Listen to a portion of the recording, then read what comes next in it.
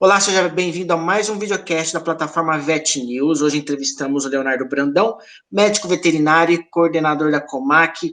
Olá, Leonardo, seja bem-vindo. Inicialmente, eu gostaria de lhe fazer uma pergunta. Conta para a gente qual é exatamente a atuação da Comac junto ao mercado veterinário brasileiro. Bacana. Bom, primeiramente, boa tarde, né? Muito obrigado. É um prazer aqui o convite, poder estar junto aqui, falar um pouquinho sobre a Comac, sobre o mercado pet. Sou médico veterinário também, eu atuo na indústria já farmacêutica há 18 anos. O que é a Comac? A Comac é a Comissão de Animais de Companhia do Sindan. O Sindan é o Sindicato da Indústria Farmacêutica Veterinária. Então, no Sindan, nós temos toda a indústria de produtos farmacêuticos veterinários. Então, o que não está no Sindan é a ração, né? É a parte de alimentação, por exemplo, e outros produtos. Então, dentro do Sindan, a gente tem as indústrias farmacêuticas e a gente tem a Comac, que é uma comissão especificamente que cuida dos interesses, né, vamos dizer assim, do mercado pet. O que é isso? Né, para ajudar quem está vendo a gente, seja um veterinário, seja um lojista, um dono de pet shop, a gente na Comac tem várias pesquisas que a gente realiza ao longo dos anos. Então, nossa ideia é trazer ao mercado, fomentar informações que sejam úteis para esse mercado se desenvolver, seja um veterinário, seja um dono de loja, um pet shop, né, para entender quais são as tendências de mercado, o que está crescendo, o que está caindo. O mercado pet cresce para sempre, né, vai sempre crescer, como é que o mercado pet brasileiro está em relação a outros mercados. Então é bacana que a gente consegue, acho que, trazer um norte, uma formatação para o nosso segmento. Conta um pouquinho sobre a dimensão desse mercado aqui no país, até comparando com o resto do mundo. O mercado pet brasileiro hoje, nós somos o terceiro mercado, né, no mundo. Isso varia um pouco, ano a ano, isso varia. O Brasil fica mais pertinho do Reino Unido, um pouco abaixo. Então, quando a gente fala em relação, principalmente a número de pets, né, falando dos animais, então, como animais de companhia, cães e gatos, e aí entrariam peixes e pássaros e outras categorias. Então, nós somos o terceiro mercado pet no mundo, é um mercado super importante. E então a gente percebe que o Brasil tem nós somos um país muito grande, né? E o pet vem crescendo e cada vez mais ele está presente dentro da família brasileira. Então a gente observa isso na Comac. A Comac ela se formou em 2007. Então, desde 2007, nós estamos há 13 anos aí, a gente vem acompanhando com estudos e pesquisas essas alterações demográficas. Ou seja, lá no passado, o cão, ele estava no quintal, né, da casa, ele comia resto de comida, e hoje ele está onde? Ele está na nossa cama, ele come uma ração super específica para ele, uma ração para raças específicas, uma ração para um tamanho específico, ou uma ração para uma determinada doença ou afecção que esse animal tenha. Esse animal recebe uma série de cuidados, então isso é interessante quando a gente olha um pouco o mercado pet brasileiro. Ele é relativamente jovem como mercado, ele cresce muito rapidamente nos últimos anos, mas ele tem ainda muito para crescer. A gente tem uma base bastante pequena, eu vou dizer ainda, com muito espaço para crescimento. Fala um pouquinho sobre o perfil das empresas que fazem parte da Comac. Olha, na Comac, como a gente faz parte então, do Sindan, nós temos as indústrias farmacêuticas, e na Comac a gente tem as indústrias que atuam nos seus segmentos PET. Então, lá nós temos indústrias nacionais e indústrias multinacionais. Então, a Comac, dos associados todos, a gente consegue ter uma representatividade de mais de 90% do mercado farmacêutico, o PET está lá. Então, o que é bacana com isso? A gente consegue ter uma visibilidade importante em relação a essas tendências. Então, se você me perguntar, nosso mercado farmacêutico, né, de medicamento PET, nós temos basicamente 8 categorias importantes, né, então as categorias de ectoparasiticidas, hoje é a maior categoria, depois a categoria de vacinas, depois produtos terapêuticos, depois a gente tem endoparasiticidas, que são os vermífugos. Então, como essas categorias estão todas dentro dos nossos estudos e a indústria está ali presente, indústrias nacionais e multinacionais de grande porte, médio ou pequeno porte, a gente consegue, então, ter esses dados do mercado e, com isso, a gente consegue avaliar tendências, né? O que está acontecendo no nosso mercado ao longo dos últimos anos. Antes aí de a gente ter a explosão dessa pandemia no início do ano, qual era a expectativa do segmento para 2020? Olha, o mercado PET de medicamentos, né, a gente tem uma base histórica de crescimento super forte. Então, nos últimos 10 anos, quando a gente olha o crescimento médio do período, a gente está sempre acima de 2 dígitos. Então, o mercado PET de medicamentos no Brasil, nos últimos 10 anos, a nossa média é de 13% de crescimento. Isso é forte, né? Então, a gente tem anos de crescer 16%, tem anos de crescer um pouco menos, mas na média dos últimos 10 anos, por que que isso é tão forte? Dificilmente nós temos no país, né, no Brasil, outros segmentos que têm uma média histórica de crescimento de 13% em 10 anos. É uma coisa gigante. Se pegar outros segmentos, sei lá, indústria de transformação, imobiliário, sei lá, automóveis, não chega perto disso. A gente fala de 2, 3% de crescimento. Então, o mercado pet, ele vem de uma base pequena ou estreita e tem muito para crescer, por isso que a gente fala que isso que esse crescimento ele é tão exuberante. E esse ano de 2020 não era diferente, a gente tinha uma expectativa de um crescimento no mercado pet de 2 dígitos, que é a história do mercado, dentro dessa média. Então, eu vou dizer que 12% de crescimento, com uma margem de mais ou menos 2, seria a expectativa que nós tínhamos esse ano por mercado pet de saúde animal, né, de medicamentos. Qual é o impacto da pandemia sobre a cadeia? O que é bacana? Primeiro, a gente, historicamente, localizar cronologicamente, né? Hoje é dia 13 de maio, porque, assim, é tão variável, é uma coisa tão rápida, que de semana a semana a gente vê o cenário mudando muito, né? Talvez há 2 semanas atrás, a gente está falando no comecinho de maio, a expectativa nossa, pelo menos aqui no estado de São Paulo, eu moro aqui em Campinas, era de uma doença mais controlada. E a gente observou nessas 2 últimas semanas, uma certa aceleração. Então, uma série de medidas protetivas foram tomadas no Brasil, né, algumas áreas com lockdown, o estado de São Paulo aí, talvez caminhando para alguns pontos um pouco mais de restrição de mobilidade. Por que isso é importante? Porque isso varia muito. O mercado pet, nós estamos numa categoria de mercado ainda, eu vou dizer, dentro do que seria algo supérfluo, entre aspas, para a família brasileira. Então, a família brasileira, quando entrou na situação de pandemia, o que a gente viu nos mercados? Aumentando o consumo, né? Então as pessoas iam comprar comida para se estocar, itens de higiene, tudo foi estocado. Então, a ração, a gente observa que esse movimento aconteceu. Então, as pessoas foram comprar comida e compraram ração. Então, a gente fez uma pesquisa recente, 74% das pessoas, dos proprietários, disseram que não mudou o consumo dos pets que ele tinha na casa dele. O que significa isso? Praticamente comida. Ele falou, a comida não mudou, até aumentou, porque ele se estocou de ração. Agora, quando a gente vê medicamento, que é o segmento que eu participo, a gente sim teve uma queda importante de medicamentos, de produto de higiene e limpeza. Primeiro, porque as pessoas começaram, obviamente, a ir menos ao veterinário ou ao pet shop, né, estão em casa. Mesmo que seja um serviço essencial, serviço de pet shop, ou serviço, né, pet shop no sentido que vende ração e o atendimento veterinário.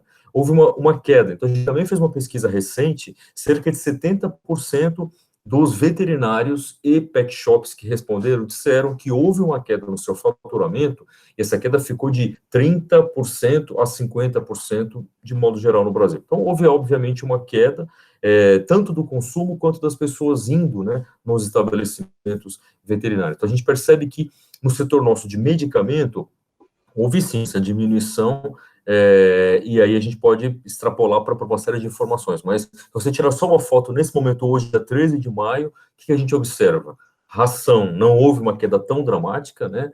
A parte de medicamento e serviços veterinários. Se você fizer uma pesquisa rápida, a gente vê alguns dados do Conselho Federal, de outros órgãos, da Associação Brasileira de Hospitais Veterinários, eles mostram isso, que o veterinário sentiu uma queda muito grande no nível de serviço também, que, né, o consumo do serviço veterinário. Isso tem obrigado os médicos veterinários ou mesmo aos empresários aí do setor a se reinventarem? Que estratégias têm adotado nesse momento? Isso é uma coisa que eu acho que é muito legal e a gente vai poder olhar para trás e ver o que aconteceu, né? Obviamente, lá no futuro é fácil a gente olhar para trás e ver o que foi desenhado. Algumas tendências fortemente que a gente observa e falando com os grandes players no segmento, a gente vê isso. Primeira coisa, e-commerce. O brasileiro tem nós temos uma tendência ainda muito pequena de comprar via e-commerce, por uma série de situações, né, demográficas, a gente não acredita, a gente tem suspeita. O mercado pet no Brasil, não só o mercado pet, o varejo total no Brasil, o e-commerce é uma fatia muito pequena, de 3% a 5%. No mercado pet não era diferente, houve um crescimento muito grande. Então, eu vi muitos empresários, pet shops, que passaram a vender porque é mais cômodo para o seu cliente. Então, quando a gente fala de e-commerce, ou ele montou uma plataforma de e-commerce, ou às vezes ele simplesmente fez um drive-thru, né? Ele fez uma entrega. Então, ele deu um jeito de se afiliar ou a uma entrega daquelas plataformas que entregam, sei lá, comida na casa das pessoas, ou ele mesmo deu um jeito de ter ali um motoboy, alguma coisa, para poder entregar na casa das pessoas. A gente viu uma coisa interessante também, que foi alguns serviços de drive-thru, até de serviço, quer dizer, sei lá, vamos dizer um banho tosa. Então, você imagina, um cachorro que tem uma doença de pele, uma atopia, tem que fazer um banho terapêutico uma vez por semana. Tanto os pet shops se adaptaram para esse serviço, quanto um serviço de deixar o animal ali na porta, entregar. Então, assim, o que a gente viu muito? Digitalização dos serviços, né? Então, venda especificamente por mercado de e-commerce foi uma tendência super importante. E segundo, que eu acho que é muito bacana a gente comentar, é a parte de comunicação. Eu acho que o segmento veterinário pet no Brasil, de modo geral, ele usava muito pouco as ferramentas digitais. E que eu estou falando do básico, né? Desde você fazer um e-mail marketing, até você utilizar um WhatsApp, até você utilizar os seus canais Instagram, ou o próprio, sei lá, Facebook da clínica, né? A gente viu muitos colegas e empresários que se viram, meu Deus, o que eu faço? Putz, então ele foi descobrir que ele nem tinha um site bacana, ou que ele não tinha um Instagram, muitos nunca tinham ouvido falar de live do Instagram. O que a gente está vendo é essa proliferação de canais digitais, como esse nosso aqui, né? Essa conversa digital, eu acredito que ela vai se solidificar e que ela vai ter um caminho de crescimento. Eu vi recentemente um empresário comentando que o e-commerce representava 5% do que ele vendia e passou a ser 20%. Ele falou, essa era uma previsão que ele tinha daqui a 5 anos. Quando isso acabar, o quanto que a gente vai voltar para trás, a gente não sabe. O que se acredita é que vai ser um patamar superior a antes do Covid. Então, essas são algumas tendências que eu vejo que mudaram aí no nosso setor nesse período. Sim. Na pergunta anterior, você estava comentando aí sobre a pesquisa que vocês realizaram. Qual é o universo dessa pesquisa? E ela tem abrangência o quê? As clínicas consultadas são aqui de São Paulo, Grande São Paulo, também atinge outros estados? Sim, olha, foi uma pesquisa que nós fizemos na Comac, junto com o Instituto Qualibest. O Instituto Qualibest, nesse período agora de pandemia, né, do Covid, ele tem feito ondas de pesquisas semanais para entender o comportamento de compra dos consumidores de modo geral. Então, essa pesquisa que nós executamos com eles foi uma pesquisa que ela aconteceu agora em abril. Deixa eu pegar a data certinha dela, mas foi na segunda semana de abril.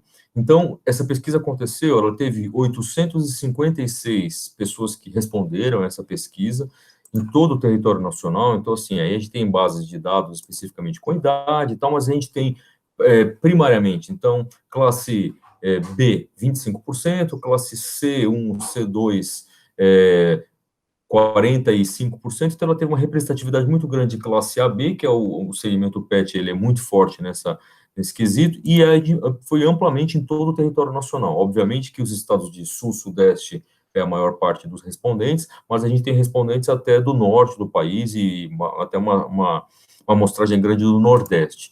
Quando a gente perguntou para essas pessoas, especificamente aqueles que têm PET, então desses 856, a gente teve aqui que 74% dos respondentes disseram que sim, que tinham animais de companhia. Então, dentre aquele 856. E aí, depois, a nossa base de resposta, ela ficou em cima desses 634 pessoas que disseram que tinham pet, entre cães e gatos e até outros animais.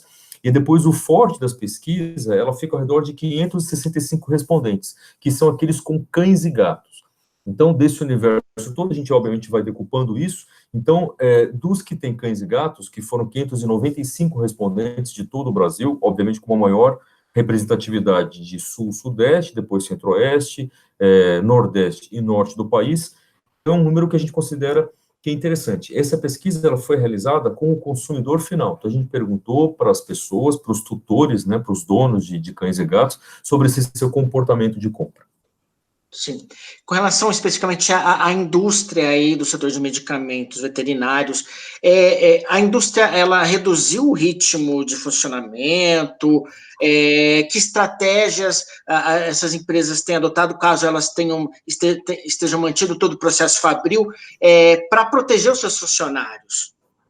Olha, eu posso comentar, assim, de um modo geral, obviamente que algumas empresas têm medidas mais específicas, mas o que a gente observa muito, a indústria de saúde animal, ela tem PET como uma das suas áreas. Então, o que está acontecendo nesse momento é que o consumo da parte de animais de produção, né, de carne, ovo, leite, isso cresceu bastante. Então, normalmente, eu vou dizer na empresa em que eu trabalho, houve um aumento pela busca de produtos, né, para as áreas de suinocultura, animais de produção, então pecuária, gado de corte, gado de leite, avicultura. Isso ajudou a aumentar essa produção. Então, do nosso lado, da produção PET, houve sim uma diminuição, né, porque a demanda diminuiu, mas ela foi, vamos dizer, compensada pelas outras áreas de produção. Empresas que têm o faturamento PET como a principal, talvez ele tenha tido uma certa diminuição, sim, na sua parte de produção, mas o que a gente observa é que não teve nenhum desabastecimento no mercado, PET, por exemplo, tanto de ração quanto de medicamentos. Então, toda a indústria, eu acho que ela se preparou com capacidades produtivas que conseguiram atender ao mercado. E medidas que a gente pode falar que foram tomadas em várias empresas que eu conheço, eu já ouvi falar, tem uma série de medidas. Então, o que acontece muitas vezes? As empresas fazem com que as áreas industriais trabalhem por turnos de pessoas. Então, se antes tinham, sei lá, 50 pessoas juntas, eles dividem isso em grupos e essas pessoas trabalham por períodos. Então, um grupo de pessoas trabalha por, sei lá, 15 dias e outros 15 dias o outro grupo fica em casa, guardado direitinho. Por quê? Porque se tiver alguém doente ali naquele grupo, você tem, entre aspas, um grupo que poderia fazer reposição. Outra coisa, os horários estendidos no horário do almoço, para que as pessoas não... Então, se antes as empresas tinham refeitórios que o almoço era de, sei lá, 1h30 de almoço, né, as pessoas iam em períodos ao longo desse tempo, geralmente você estende esse período para que você possa ter o refeitório ocupado por menos pessoas por um período maior. As refeições, elas são individuais, as pessoas recebem como se fosse um marmitex, ao invés de ter aqueles buffets de almoço. Então, tem uma série de medidas, fora, obviamente, né, controle de temperatura na entrada das fábricas, uso abundante de álcool gel, medidas protetivas que visam ter essa proteção. E o que eu posso dizer das indústrias que a gente tem contato é que essas medidas foram super bem sucedidas. Então, a gente tem relatos de pouquíssimas fábricas, na nossa área especificamente, estou falando de produção de produtos para a saúde animal, de fábricas que tiveram problemas. A gente observa que o setor foi extremamente, acho que ele se antecedeu a isso, né, se preparou muito bem com essas medidas para, primeiro, evitar qualquer contaminação, primeira coisa, a saúde das pessoas, e segundo, para que você tenha as áreas de fábrica muito preparadas para quando houver a retomada, que a gente possa ter uma retomada rápida também da produção. O que esperar para o pós-pandemia? Eu sei que é difícil aí, ninguém tem bola de cristal, né? Mas o que esperar para a posteridade aí? Sim, o mercado pet é um mercado super pujante, um crescimento forte, ele vai voltar na sua média de crescimento. O que a gente entende é que não deve acontecer um aumento da demanda. Quando a gente fala de medicamentos, você não tem aquela coisa, putz, eu deixei de comprar, sei lá, um antibiótico. Vamos dizer que meu pet teve uma infecção de ouvido, eu não tratei naquele período, a hora que melhorou tudo, eu falei, putz, eu tenho que levar ele no veterinário. Então, o não consumo anterior não causa um aumento de consumo. Então, a gente não tem uma expectativa de que os meses em que isso voltar ao normal vai ter uma demanda reprimida e um alto consumo. A gente acredita que isso vai voltar aos patamares anteriores, que era de um crescimento importante.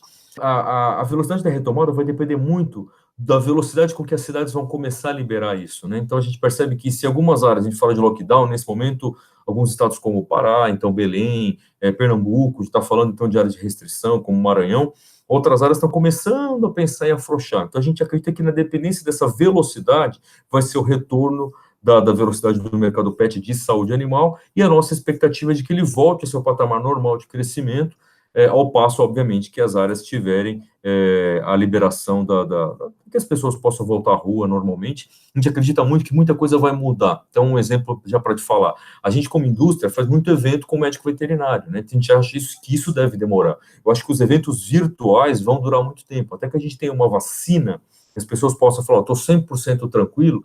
A gente acredita que as restrições a aglomerações deve ser alguma coisa que deve perdurar, eu acho que por alguns meses, talvez ano, né? Isso acho que é uma tendência. Oxalá a gente tenha aí o quanto antes o final dessa pandemia, e aí os projetos da Comac vão poder voltar normalmente aos trilhos. Que projetos são esses? O que vem aí? O que está no forno para vocês levarem para a cadeia aí do setor veterinário?